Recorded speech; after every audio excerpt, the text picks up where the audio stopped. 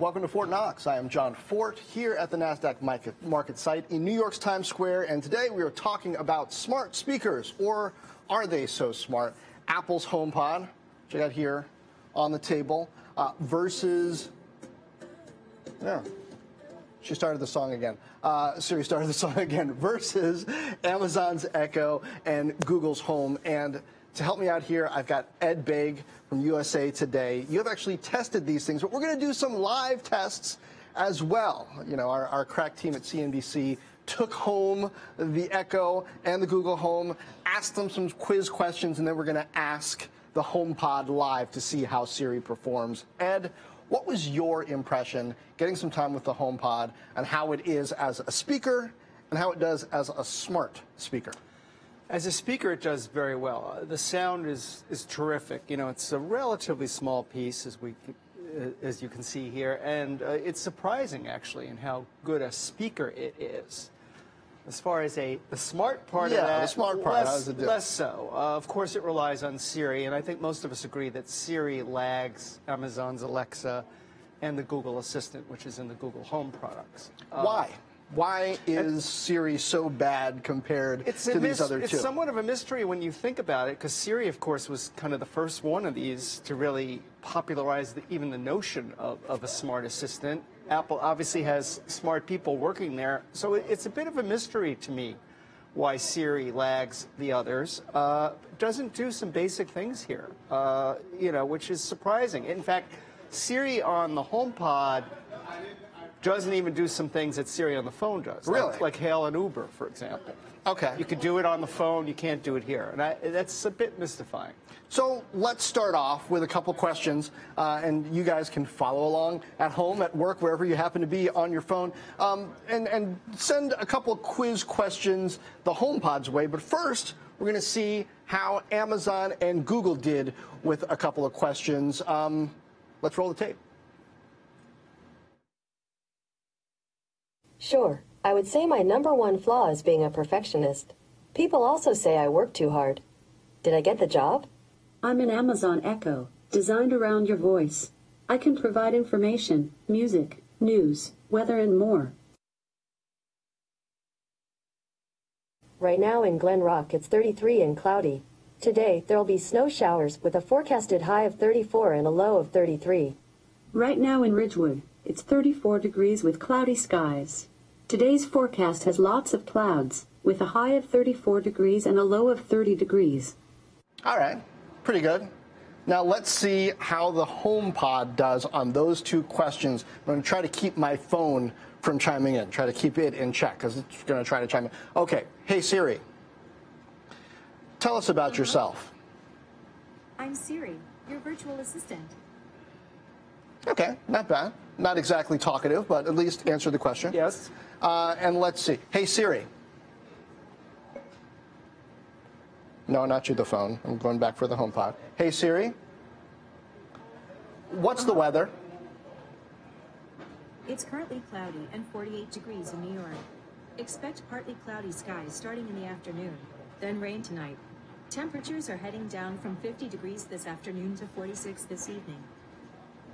A relatively thorough answer. Yeah. I think our producers didn't fare as well quizzing Siri, but perhaps my Siri loves me a bit more. I think so. Because I use the service a little bit more, set timers at home. I don't know. Ed, what sorts of questions did you find that Siri on the HomePod was perhaps better at than others? Well, what it's pretty good at is actually the music aspect. You could play a song and you could say, who's the drummer in this song? You know, or tell me more about the artist. You know, we could like Dua Lipa. All right, let's sure. Let's see. Do you have a musical request? Okay. Hey Siri, play "Light My Fire." Now playing Light My Fire by The Doors. Yeah, we'll just give it a second and then. Hey Siri, who's the lead singer? Jim Morrison sings lead vocals on the Doors song Light My Fire. Okay, so, you know, hey Siri, who's the drummer? Hey Siri, who's the drummer? John Densmore plays drums on the Doors song Light My Fire. Hey Siri, pause.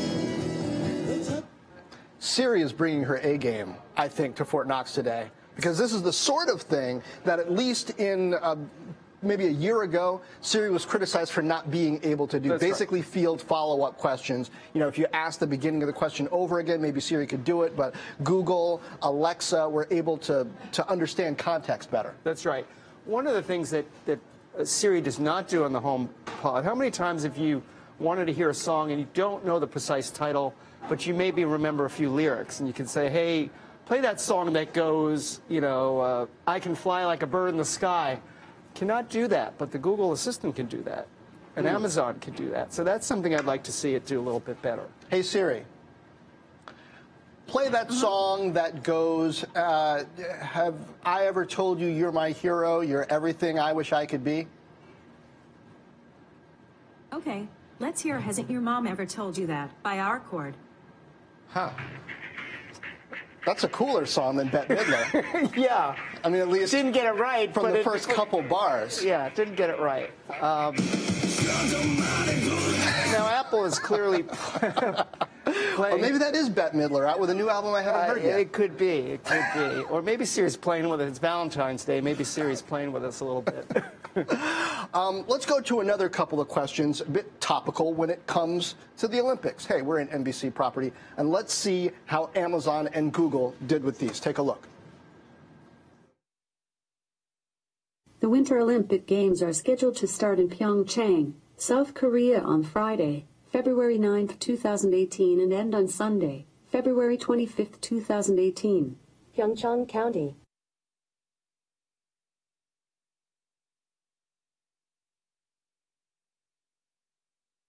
Live coverage from the 2018 Winter Olympics in Pyeongchang, South Korea, airs on NBC in 3 parts: daytime, primetime and primetime plus. Primetime begins each night at 8 p.m. Eastern and 7 p.m. Central, except for Sundays when it airs at 7 p.m. Eastern and 6 p.m. Central. Daytime coverage airs from 3 to 5 p.m. Eastern and 2 to 4 p.m. Central on weekdays, and from 3 to 6 p.m. on weekends across all time zones. Sorry, I'm not sure how to help. Oh, Google, I'm so disappointed. But that was a very thorough answer from Alexa. Let's see how the HomePod does. Hey, Siri. Where are the Olympics? The 2018 Winter Olympics started on February 9th and will end on the 25th in Pyeongchang, South Korea. All right, pretty good. Hey, Siri. What's on the Olympics tonight? Germany led the Winter Olympics medal count with 12 total medals, including 7 gold, 2 silver, and 3 bronze. Netherlands are in second with 11 total medals, 5 gold, 4 silver, and 2 bronze. Norway are in third with 11 total medals, 3 gold, 5 silver, and 3 bronze. Canada are in fourth with 10 total medals, 3 gold, 4 silver, and 3 bronze. United States are in fifth with 7 total medals, 4 gold, 1 silver, and 2 bronze. Japan are in sixth with 7 total medals. That wasn't what I asked. What's on the Olympics tonight? What are the next events? Germany led the Winter Olympics medal count. Yeah, okay. I get didn't it. quite get it. Yeah, but I mean, we'll give Siri half credit. I mean, brought us up to date on the medal count. Maybe she only knows one fact about what's currently happening with the Olympics, but better than we otherwise might expect. Getting some questions in from viewers about what's different, particularly about the HomePod from the others. We covered that a little bit when it comes to just how it deals with questions, but talk to me about design and cost. Well, it costs $349, which incidentally is about more than 3 times what you'd pay for the basic Amazon Echo. Now, of course, the sound is a lot better here for people who care about that, and that we can talk about that a little bit. So just in terms of price, you're in the premium category. The only smart speaker that's more expensive is the Google Home Max, which is at $399. Okay, what do you get for $399? You get a big speaker. It's a pretty good sound. Actually, I thought it was near this one. I like this one better sound-wise.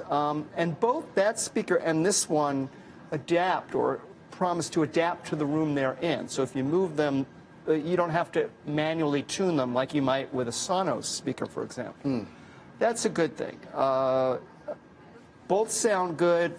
The Google speaker is a lot bigger. This is actually easier to schlep around if you did one. It's not that it's a portable speaker, but you could easily move it. The other one you can move, but a little more heft involved. All right, this is Fortt Knox Live here at the NASDAQ market site in Times Square, and we are talking smart speakers, specifically the HomePod versus Amazon's Echo, Google's Home speakers.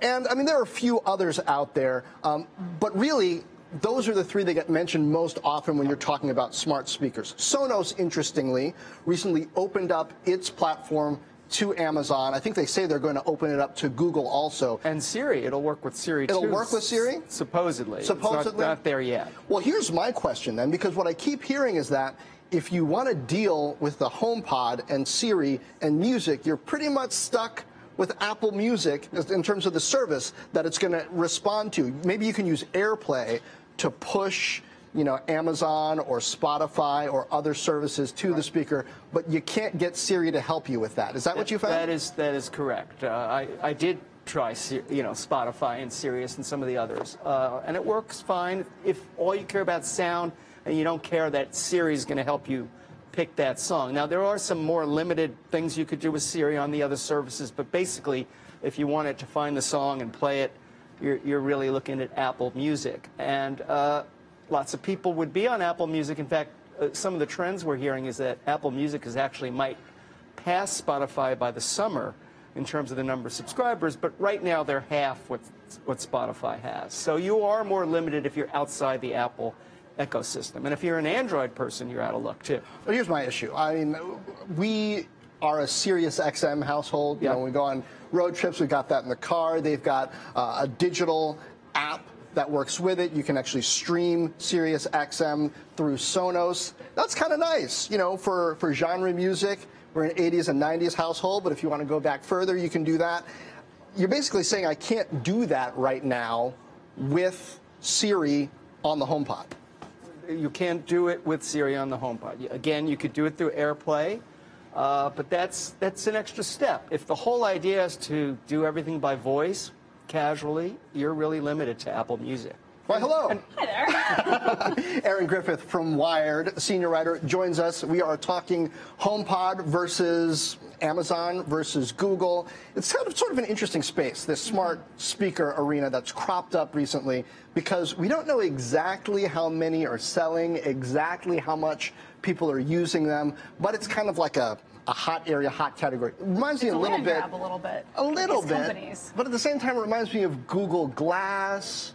Or, wait, how does it remind you of Google Glass? I don't see that comparison. Smart watches. Well, they're categories that seem like everybody's saying, oh, they're going to be huge. Virtual reality headsets. Oh, they're going to be huge. Everybody's going to be doing it. And then it's like a few months later, well, is everybody really doing it? Is it the next iPod or smartphone, or is it just kind of a little niche category? Well, the one difference that I see in that comparison, and I think that Apple really understands this, is that everybody has a speaker in their home and everybody listens to music in their home. So if you want to have a cool speaker that you can talk to, that's hands-free, this is an interesting category, unlike some of these things that are maybe nice to haves. And is it an accessory type category that's going to be relatively small, or is there something about what you see happening in smart speakers that makes you think this could be a mega category? We're going to have these connected to our TVs as the way we're replacing play bars or things like that. They're going to be in every room in the house. It's going to be a multi-billion-dollar, even trillion-dollar industry. Well, I don't know about trillion-dollar industry. I'm not going to go that far. But there is a convenience. You know, it's funny. A lot of people would buy these things, and they have no idea what they're going to use them for. And then they put them in their kitchen. And what do you use it for? Yeah, you play a song. First thing I do, the weather. Every morning it's the weather. I've got one of these smaller Amazon Echo, you know, dots. It's about $50, so they'll frequently discount it from there. It's my alarm clock. It's great to be able to do this by voice because, you know, it's easy when it works well, Siri notwithstanding in some cases. So I do think the convenience factor is a big deal for people. I'm not going to say it's going to be a trillion-dollar thing, but I think more people probably can relate to this than necessarily a smartwatch. And the interesting thing, you mentioned the top 3 use cases. I think Apple thought about this when they were designing this. The number one thing that people use these smart speakers for, any kind, be it Alexa or the Google Home, is music, and then weather, and then the news. Right. And so, a timer or an alarm clock is one of them too. And so they tried to get the basic functions right without all of the extra cool stuff that Alexa or Google Home can do. Let's do another test. Speaking of music, we asked some questions of Amazon's Echo, of Google's Home, when it comes to their music skills. Let's see how they did. Here's a station for country music. Top Country from Amazon Music. All right, here's country hits on Spotify. Oh, okay. Here goes. I'm singing a song. I'm your assistant and I'm singing la la la la la la la la la. Technology, technology. Where would I be without technology? I think Alexa kind of cheated. That sounded like multiple voices in there. But just in artistry, I'd probably have to give it to Alexa because Google's voice was a little off. Okay, 2 questions. We'll see how Siri does. Hey, Siri, play some country music. Now playing Pure Country Radio.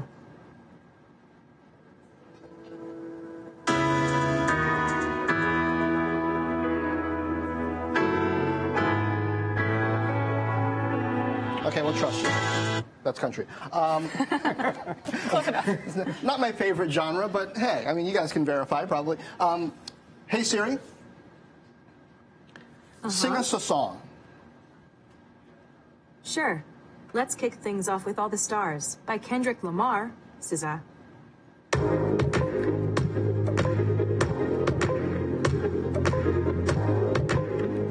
Just going to verify here that Siri isn't actually singing before we move on. Yeah. Maybe this is just her backing track, and she's going to spit a few bars. I think it would be spitting a few bars in this case. Yes. That definitely doesn't sound like Siri, Siri. that's not you. But song choice, I do appreciate.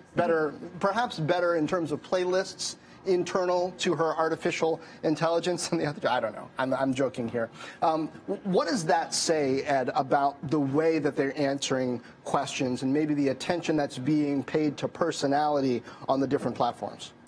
Well, I think personality is important. I mean, Siri will tell you a lame joke, as the others will, but it's kind of disappointing that Siri can't do something as basic as sing a song when you ask it to sing a song.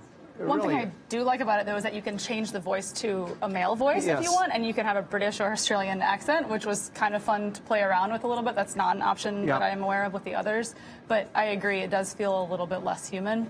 Yeah, Aaron, what's up with that? Why is it that the smart speakers, the intelligent assistants, have female voices by default?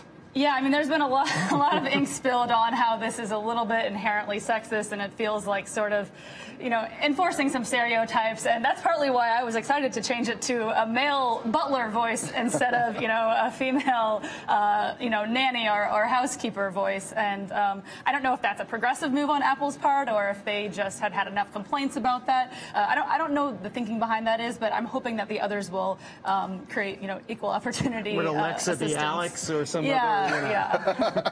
Or still Alexa. Right, and that is the weird thing is that that's true. Siri, I still have to say, hey, Siri, which is a female name, and a man responds, which is a little bit weird, but... Siri's waiting for you to I can't get the something. answer to that on HomePod. And of course, during the Super Bowl, Amazon ran these ads where they had, celebrities filling in for Alexa, which was kind of interesting. I wonder if they'll actually go that route. I wonder about security on these devices. Wired had a story just this week that came out from friend Fred, looking into the past 2 years at Facebook and just how that organization, as powerful as it is, as smart as they are, seem blindsided by the political maelstrom that they found themselves in with Russian interference in the elections and all the implications. Of course, all of these platforms are telling us that these open microphones connected to the internet in our homes are perfectly safe. Oh, yeah. But given what happened to Facebook over the past couple of years, how can we trust them? Yeah, you know, it's gotten to the point where that tech industry sort of trust us is not enough. You really, there's really starting to be a questioning of that trust. And I think with Facebook, that is the one that they trust the least. You'll see in consumer surveys that hasn't necessarily trickled out to the rest of the country. I mean, we ran a story last year that said that, you know, the favorability of a lot of these big tech giants hasn't changed really at all. People still trust Google, even if regulators and watchdogs and journalists like us are calling them out for their trustworthiness. So it'll be interesting to see if that changes. And I do know a lot of people who are, you know, really concerned about the privacy, who never want one of these in their homes, but I think the sales tell us otherwise. Yeah, but we don't know what the sales are is the other piece of this. I mean, Apple came close to giving some sales on the Apple Watch and the AirPods. I think we have some meeting. Estimates, like maybe Amazon sold about 15 million or so of the Echoes so far, which is a lot. Well, is it, Ed? I mean, when you think about how little they cost, and you compare it to, say, the Apple Watch, which people have poo-pooed to some extent, saying, oh, it's not nearly as, you know, as big a seller as some people would expect. Well, it sounds like perhaps if those numbers are right, the Echo has sold more poorly than the Apple Watch has. Yeah, it's all a relative thing. You know, we keep hearing that back when Amazon brought out the Echo, they're surprised at actually how big a, quote, hit it became, if you count that as a hit.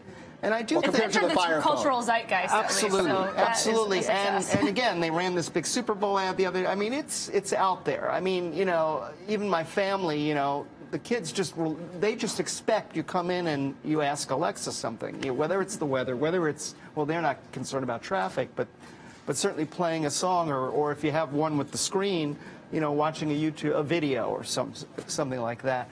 It's interesting you talked about privacy and security. One of the things this does not do, which some of the others do, is distinguishing your voice from my voice. So, you know, this is not espionage from Russia, but, you know, your kids could send a message out on your behalf because Siri cannot tell your voice from your kid's voice or your spouse or a friend who's coming over. Or anyone could have your text messages read to you. That's right. Read aloud as well. You know, college dorm room or something like that. That's an example that's been used a lot. And that just seems like an easy oversight for Apple to have fixed because the other ones definitely have voice distinctions. Yes. And that's something that Apple doesn't really flag for you when you're setting it up either. I was setting it up, you know, this morning with this MiFi, so it could have an internet connection here. And, you know, it asks you if you want to hook it up to your messages and to your reminders, but gives you no kind of warning that, hey, anybody in the room is going to be able to use these commands and perhaps read your messages or send you reminders or anything like that. So a little bit of probably a lack of thought maybe on Apple's part. I agree, and I actually had a problem setting up. The setup is extremely smooth. I mean, you don't have to put in any passwords, unlike with the Echo. I just put my phone near it. Yeah, exactly, and it's really seamless. But I actually had to then go back and turn on, like I had Find My Location turned off because I don't need to share it with anyone. I had Siri turned off because I find it obnoxious. It was a little bit trickier in that way, and I had to think twice about, okay, wait, what am I enabling now if I turn this on? And, you know, I am giving up a little bit of privacy by doing that. Well, let's go back to our quiz of Amazon, Echo, and Google's Home. This time, asking about some facts, stock prices, recipes. Take a listen. As of 3:19 p.m. Eastern Standard Time today, the markets are trending down. The Nasdaq Composite did well, gaining 0.35% to 6,801. The Dow Jones did well, gaining 0.23% to 23,915, and the Russell 2000 remained relatively stable at 1,464. Yes. Alphabet went public on August 19, 2004. Okay, for pancakes. I recommend the top recipe called Pancakes which takes 20 minutes to make. You can ask for more information, or for more recipes say next. Next. Okay, next is Mancakes, which takes 45 minutes to make. You can ask for more information, or for more recipes say next. More information. It has 4.6 stars with 50 reviews and uses ingredients like 8 ounces bacon, chopped, half cup thinly sliced green onions, 1 1/4 cups all-purpose flour. Do you want me to tell you the ingredients, send this to your phone, or hear the next? Okay, I've got a recipe called Good Old-Fashioned Pancakes from All Recipes. This recipe serves 8 and takes about 20 minutes to make. Does that sound good? Okay, so they both whiffed it on the question about Google's stock price. They were asked specifically about Google's stock price. Didn't answer that one quite. Recipe information, probably pretty good, though. I don't know how I could possibly use that in the kitchen. I just want something written down in front of me. That's the least efficient way to get that information. Yeah, I don't know about you guys, but I'm scatterbrained in the kitchen. If I'm cooking something, I'm constantly going back and going, wait, was that tablespoons or teaspoons? Right. Because I don't want to screw it up. Okay, let's see how the HomePod does. Hey, Siri. What is Google's stock doing? Alphabet is up right now to $1,065.96. That's an increase of $13.86, or 1.32%, according to Yahoo Finance. All right, Nailed pretty it. good. Even used Yahoo Finance. Hey, Siri. Give me a pancake recipe. I can't get the answer to that on HomePod. Well, Just gave up. Didn't even try. Siri, do you have access to the internet? Hey, Siri. Play a song about pancakes. Pancakes by OMF are now playing. Maybe there'll be a recipe in the song. Maybe. It sounded like it wasn't a bad song about pancakes, at least. What do we take away from that? Why is the pancake question so hard for Siri versus Amazon and Google? I mean, Google, okay, they've got a whole search engine at their disposal, fine, right. I get it. But even Amazon can answer it. They're not just trying to sell me a sifter. It's mysterious to me. Again, we talked about this earlier. Smart people there at this company called Apple. They've done all right for themselves. Why can't Siri measure up to the other guys? I don't know the answer to that. And you would think there's lots of people as we speak working on these basic questions. Aaron, does differentiated privacy have anything to do with it?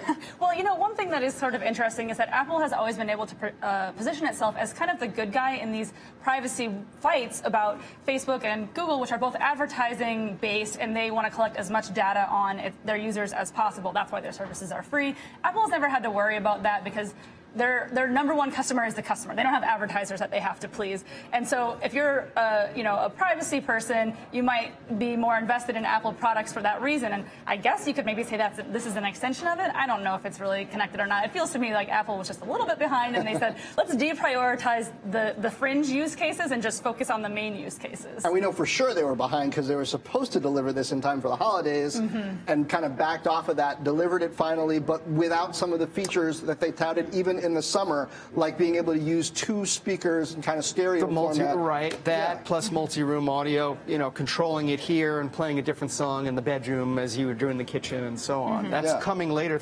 through a software update, but not there on day one. Well, we want to squeeze a couple more questions in, some trivia about people.